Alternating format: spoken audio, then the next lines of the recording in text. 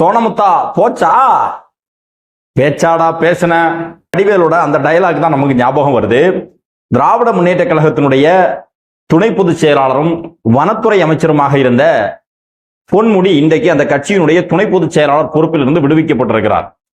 துணை பொதுச் செயலாளர் பொறுப்பிலிருந்து அவர் விடுவிக்கப்பட்டார்னு சொன்னா நிச்சயமாக ஏதோ பெரிய தப்பு பண்ணியிருப்பாரு அப்படிங்கிறதானே முறை. அப்படி ஒரு தவறு செஞ்சிருக்கிறார். நீங்க எல்லாம் பார்த்திருப்பீங்க அவர் பேசிய பேச்சு. மறுபடியும் இந்த வீடியோவில் அதை இன்க்ளூட் பண்ணணுங்கிற அவசியம் இல்லை. நீங்க பார்த்திருப்பீங்க அவர் என்ன பேசினார் அப்படின்னு சொல்லி. அந்த பேச்சின் காரணமாக அவர் மீது நடவடிக்கை எடுக்கப்பட்டு துணை பொதுச் செயலாளர் பொறுப்பிலிருந்து நீக்கப்பட்டிருக்கிறார். சரி, துணை பொதுச் செயலாளர்ல இருந்து நீக்கிட்டீங்க, அது மட்டும்தான் தண்டனையா அப்படின்னு சொல்லி நமக்கு பல கேள்விகள் திமுகவிடம் இருக்கிறது. இன்னொரு பக்கம் பார்த்துட்டோம்னு சொன்னா, நேற்றைய தினம் குட் பேட் அக்லி நடிகர் அஜித் அவர்களுடைய படம் ரிலீஸ் ஆகி நல்ல வரவேற்பை பெற்று சிறப்பாக ஓடிக்கொண்டிருக்கிறது திரையரங்கிறார். இது நாள் வரையிலும் இல்லாமல் இன்றைக்கு திமுகவினுடைய அமைச்சர் ஒருவர் அஜித் அவர்களுடைய முதல் நாள் முதல் ஷோ படத்தை கேக் வெட்டி கொண்டாடி தியேட்டருக்கு போய் பார்த்து பயங்கரமா குதூகலிச்சிருக்கிறாங்க. அதனுடைய நோக்கம் என்ன? இன்றைக்கு அஜித் படம் அவர்கள் பார்க்க வேண்டிய தேவை என்ன? யாரை இவங்க ஏமாத்த பார்க்குறாங்க அப்படிங்கிறத பற்றி இந்த வீடியோவில் பார்க்க போகிறோம். இந்த வெட்டிவாக யூடியூப் சேனலை சப்ஸ்கிரைப் பண்ணாமல் பார்க்குறவங்க சப்ஸ்கிரைப் பண்ணிக்கோங்க, பெல் பட்டனை கிளிக் பண்ணி வச்சுக்கோங்க. அப்போ தான் நம்ம அடுத்தடுத்து போடக்கூடிய வீடியோக்கள் உங்களுக்கு நோட்டிஃபிகேஷனில் வரும். இந்த வீடியோ எடுத்துட்டு இருக்கக்கூடிய இந்த நேரம் தமிழ்நாட்டில் ஒரு மிகப்பெரிய அரசியல் மாற்றம் ஏற்பட்டிருக்கிறது. பாஜக அதிமுக கூட்டணி தயாராகி இருக்கிறது. கூட்டணி ஒப்பந்தமாகி இன்றைக்கு அமித்ஷாவுடைய முன்னிலையில் எடப்பாடி பழனிசாமியும் கலந்து கொண்டு கூட்டணியை உறுதி செய்து விட்டார்கள். அந்த கூட்டணியுடைய உறுதி, அந்த அதிமுக பாஜக கூட்டணி சம்பந்தப்பட்ட வீடியோவை நெக்ஸ்ட் வீடியோ நம்ம ரிலீஸ் பண்றோம். இப்போ இந்த வீடியோல இது சம்பந்தமா இரண்டு அமைச்சர்கள் சம்பந்தமா நம்ம பேசி முடிச்சிருவோம். திமுகவினுடைய ஒரு மூத்த தலைகள்ல ஒண்ணு பொன்முடி. இன்னும் சொல்ல போனா திமுகவை நம்ம பண்ணையார்த்தனத்தோடு நடந்து கொள்கிறார்கள், ஆதிக்கத்தனத்தோடு நடந்து கொள்கிறார்கள் சொல்றோம் இல்லையா? அதுல மிக முக்கியமான ஒரு நபர் இந்த பொன்முடி. மக்களுடைய வாக்குகளை பெற்று மக்களால் அமைச்சராகி, மக்களால் எம்எல்ஏவாகி, மக்களால் அமைச்சரான பொன்முடி கொஞ்சம் கூட மக்களை மக்களாக மாண்போடு மதிக்குவதற்கு தெரியாத ஒரு நபர் பொன்முடி. பொன்முடியினுடைய ஃபேமஸ் டயலாக் எல்லாம் இருக்கு. இப்ப இல்ல பொன்முடி மேல நடவடிக்கை எடுக்க வேண்டியது, இதுக்கு முன்னாடியே திமுகவுடைய தலைமை நடவடிக்கை எடுத்திருக்கணும். பொன்முடியினுடைய ஃபேமஸ் டயலாக் இருக்கிறது, நீ எஸ்சி தானே, நீ எஸ்சி தானே அப்படிங்கிற ஒரு டயலாக். ஓசி, உங்களுக்கு ஓசி பஸ் கொடுக்குறாங்க இல்லையா? ஓசி எது? இந்த பெண்களுக்கு மகளிருக்கு இலவச பயணம் இருக்கு இல்லையா, மகளிர் விடியல் பயணம். அதை அமைச்சர் சொல்லக்கூடிய விஷயம், அந்த மக்களை பார்த்து ஓசியா போறல்ல நீ அப்படின்னு சொல்றது. அதே மாதிரி மக்கள் தனக்கு தேவை ஏதாவது கேட்டுச்சுன்னா, மக்கள் தங்களுடைய குறைகளை சொல்லும் போது நீ தான் எனக்கு ஓட்டு போட்டியா அப்படின்னு சொல்லி ஓட்டு போட்டா மட்டும் அப்படியே கிழிச்சு தள்ளிட்டாங்க ஓட்டு போட்ட மக்களுக்கு. இந்த ஓட்டு போடாத நபர் தன்னுடைய குறையை சொல்லும் போது நீ ஓட்டு போட்டுதான் நான் எம்எல்ஏ ஆனான்னு கேட்ட பொன்முடி ஓட்டு போட்ட மக்களுக்கு அப்படி என்ன கிழிச்சு தள்ளிட்டாருன்னு கேட்டா ஒரு மண்ணும் கிடையாது. அதனாலதான் சேர்த்தவாரி அடிச்சானுங்க. இந்த வெள்ளப்பெருக்கு ஏற்பட்டு மக்கள் பாதிக்கப்பட்டு துன்பப்பட்டு இருக்கக்கூடிய இடத்துல பொன்முடிய சேர்த்தாலே அடிச்சாங்க. 3 மாசம் கழிஞ்சு அதுல ஈடுபட்ட மக்கள் சொல்லி கொஞ்சம் பேரை பழிவாங்கக்கூடிய நடவடிக்கை இதே திமுக அரசாங்கம் மு.க. ஸ்டாலினுடைய ஒப்புதலோடு செஞ்சது அது ஒரு விஷயம். அப்படிப்பட்ட மிக மோசமான பண்ணையார்த்தனத்தோடு மக்களை மக்களாக மாண்போடு நடத்துவதற்கு தெரியாத ஒரு அமைச்சர். இந்த லட்சணத்துல இவர் பேராசிரியர், கல்வி நிறுவனங்களை வழிநடத்துகிறார்.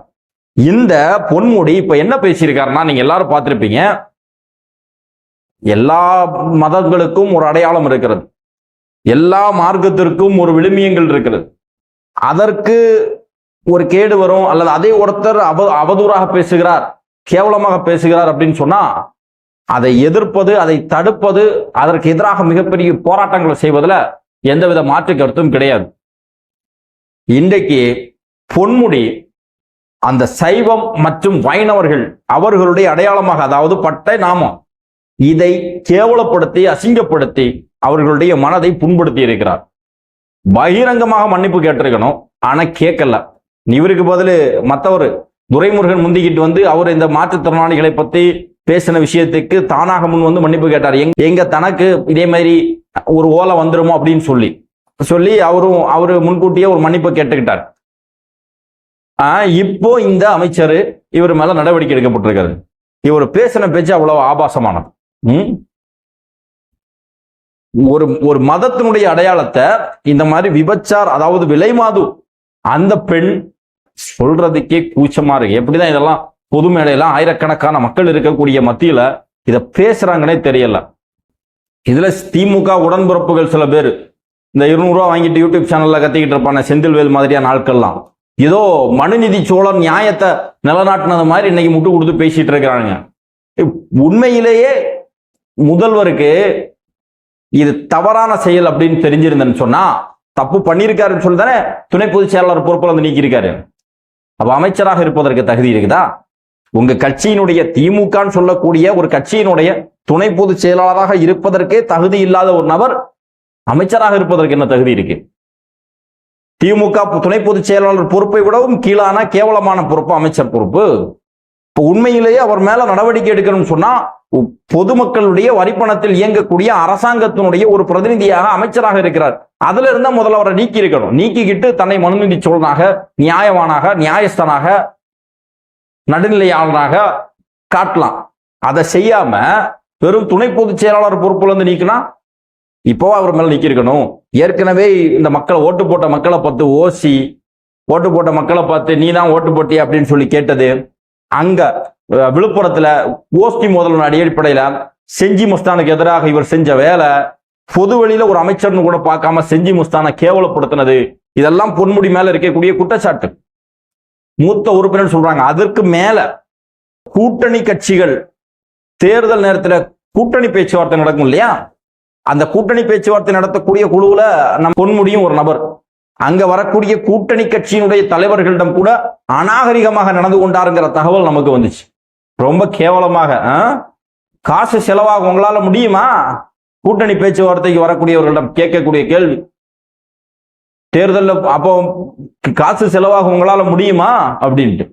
இல்ல நாங்க பாத்துக்கலாம் அதெல்லாம் பண்ணிடுவோம்னு சொன்னா, அப்ப நீங்க ஒரு முடிவா தான் இருக்கீங்க. ஒரு கட்சி அரசியல் கட்சி நடத்துறது முடிவாக இல்லாம தேர்தலில் போட்டியிடணும் அப்படிங்கிற முடிவு இல்லாம உங்களுக்கு கழிவு விட்டுட்டே இருக்கணுங்கிற முடிவுலையா இருக்கணும்.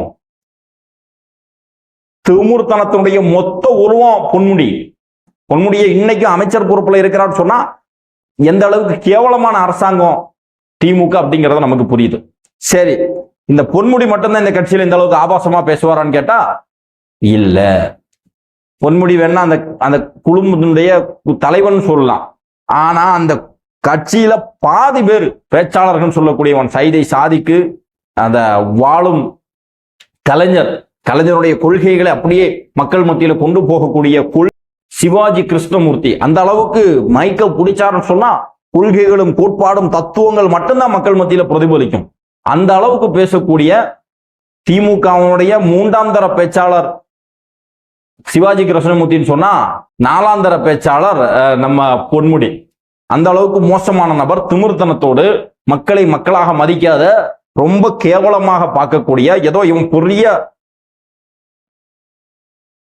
மத்தவ மாதிரியும் இவனுக்கு கீழே தான் இங்க எல்லாரும் இருக்கிறது மாதிரியும் ஒரு இதோட இருந்துகிட்டு இருந்தான். சரி, இப்போ ஒரு துணை பொதுச் செயலாளர்ல இருந்து நீக்கிட்டீங்க. இது ஒரு பெரிய தண்டனையா? அமைச்சரவை பொறுப்புல இருந்து எப்ப நீக்க போறீங்க? உண்மையிலேயே நீங்கள் நியாயமானாக இருந்தா அமைச்சர் பொறுப்புல இருந்து நீக்கி இருக்கணும்.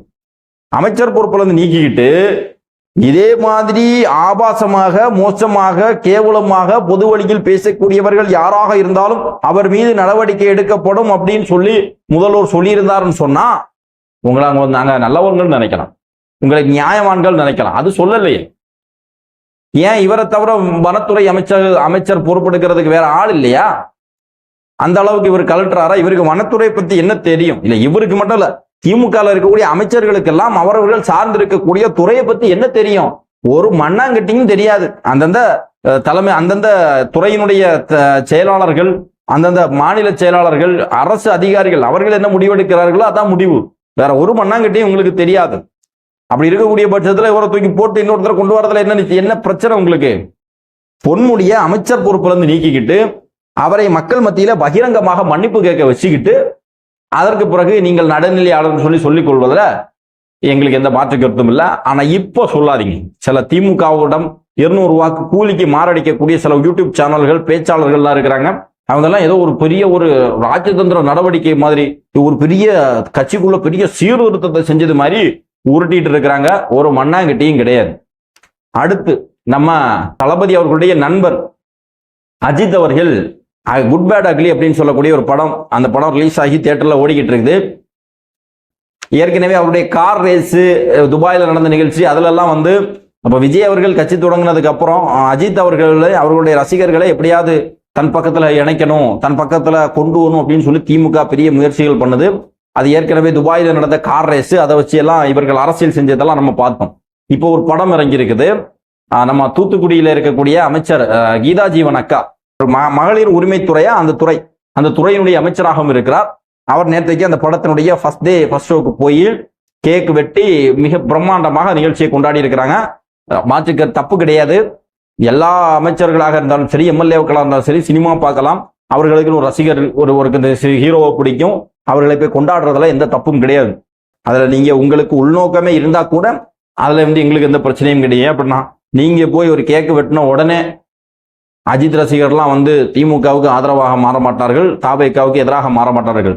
அந்த அளவுக்கு திமுகவில் இருக்கக்கூடிய முட்டாள் கூமுட்டைகள் மாதிரிப்பட்டவர்கள் கிடையாது அஜித் ரசிகர்கள் அப்படிங்கிறது எங்களுக்கும் தெரியும், உங்களுக்கும் தெரியும்.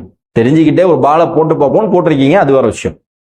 இதுல விமர்சனத்துக்குரியது என்ன அப்படின்னு சொன்னா, நேற்றைய தினம் நீங்க மகளிர் உரிமை துறையினுடைய அமைச்சராக இருக்கிறீங்க, பெண்கள் பாதுகாப்பு சம்பந்தமா, பெண்களுடைய உரிமை சம்பந்தமான துறை.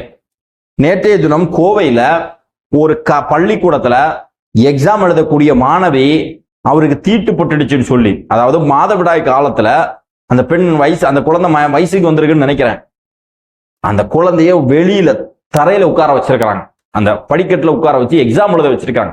எவ்வளவு பெரிய அநியாயம்! தமிழ்நாடே ஒட்டுமொத்தமாக இதை கேட்டு கொந்தளிக்குது.